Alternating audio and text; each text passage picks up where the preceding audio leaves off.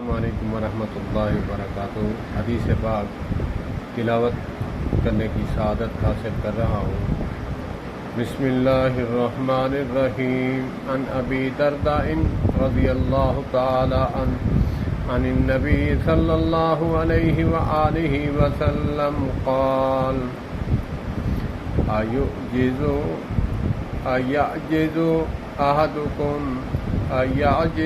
अहदुकुम अन यक़रअ फ़ी लैलतिन सुलुसल क़ुरआन क़ालू व कैफ़ यक़रअ सुलुसल क़ुरआन क़ाल क़ुल हुवल्लाहु अहद आखिर तक तअदिलु सुलुसल क़ुरआन औ कमा क़ाल अलैहि सलातु वस्सलाम।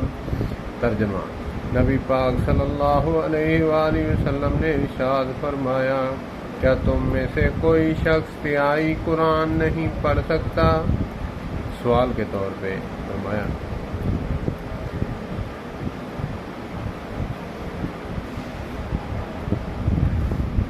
नबी पाक सल्लल्लाहु अलैहि वसल्लम ने फरमाया, क्या तुम में से कोई शख्स तिहाई कुरान पाक नहीं पढ़ सकता?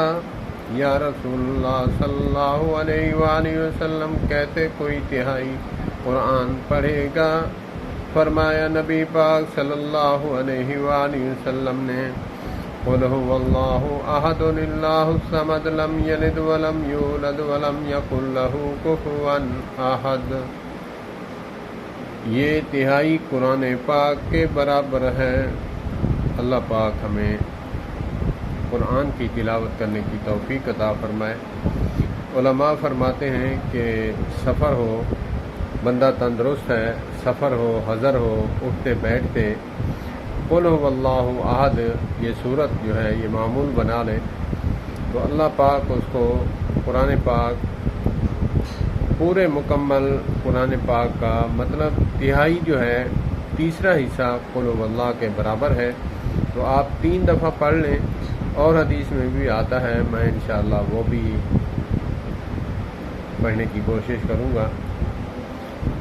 3 मरतबा पढ़ लें क़ुल हुवल्लाह तो मुकम्मल कुरान पाक का सवाब अल्लाह पाक अता फरमाते हैं।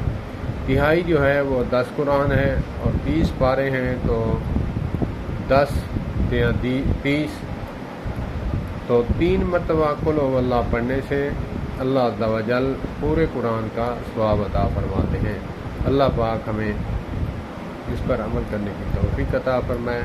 और दूसरी बात यह है कि उलमा फरमाते हैं तंदुरुस्त बंदा वो मामूल न बना ले, कुरान पाक पढ़े, तिलावत करे,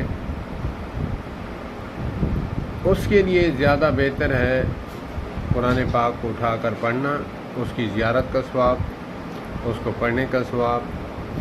और जो मरीज़ है उसके लिए फरमाया कि वो कुरान पाक ना उठा सकता है, ना वो बैठ सकता है, ना कुछ कर सकता है, तो उसके लिए है कि वो उठते बैठते लेटते क़ुल हुवल्लाह का जो विर्द है वो करता रहे।